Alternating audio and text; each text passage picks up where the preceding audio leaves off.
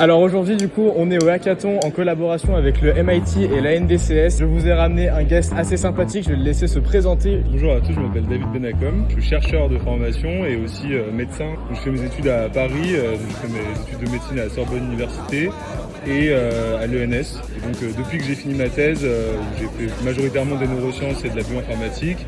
Je me suis orienté en machine learning, notamment dans l'analyse du sommeil et des rythmes circadiens. Du coup d'après toi, c'est quoi le problème actuel avec les modèles IA? Pour moi, deux soucis, il y a déjà l'architecture. Pour moi, sur certains types de modèles, on manque d'architecture adaptée. Ça a pu se voir là par exemple avec les LLM, c'était une architecture qui fonctionne très bien pour le langage et il manque d'architecture adaptée par exemple aux problèmes de santé, parce que là on est sur un hackathon médecine, aux problématiques de santé. Ensuite, pour moi, un modèle fonctionne bien quand on a des bonnes données. Donc le problème, c'est vraiment d'arriver à collecter des données de qualité suffisante, en nombre suffisant et à grande échelle. Et le dernier problème, je dirais que c'est la robustesse des modèles. On peut avoir très facilement des variations interindividuelles qui vont rendre des modèles très peu fiables quand on essaye de les amener à un niveau de production, quoi. Donc en santé, c'est vraiment un problème. Donc, il faudrait vraiment avoir des modèles peut-être plus tournés vers la robustesse des prédictions plutôt que pour, par exemple, des métriques comme la précision, qui sont souvent celles sur lesquelles on entraîne les modèles. Ça, je pense que c'est quelque chose vers lequel on peut tendre, c'est d'avoir plus de robustesse des modèles. Tout à l'heure, tu m'as parlé d'un projet un peu qui te tient à cœur. Est-ce que tu pourrais en expliquer rapidement à quoi ça consiste et ce que tu fais dessus? Alors,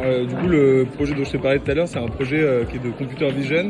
Ma thèse était initialement sur la plasticité cérébrale et notamment la plasticité du cortex visuel. Donc, en fait, dans le cortex visuel, il y a une plasticité qui pourrait s'apparenter à ce qu'on fait dans des modèles à du fine-tuning, c'est-à-dire qu'il y a une plasticité qui se fait dans le cortex visuel pour être adaptée à la vision de tous les jours, à la vision du mouvement. Mais on se concentre assez peu finalement sur l'architecture en elle-même du cortex visuel. On connaît bien l'architecture de la rétine, on connaît bien l'architecture du cerveau, mais comment cette architecture a émergé comme étant parfaitement adaptée à la détection de mouvements, d'images, de classification, c'est quelque chose qui n'est pas encore super bien compris. Moi, j'essaye de m'intéresser à l'architecture, à l'émergence de l'architecture du cortex visuel. Et est-ce que tu pourrais nous donner un dernier petit mot?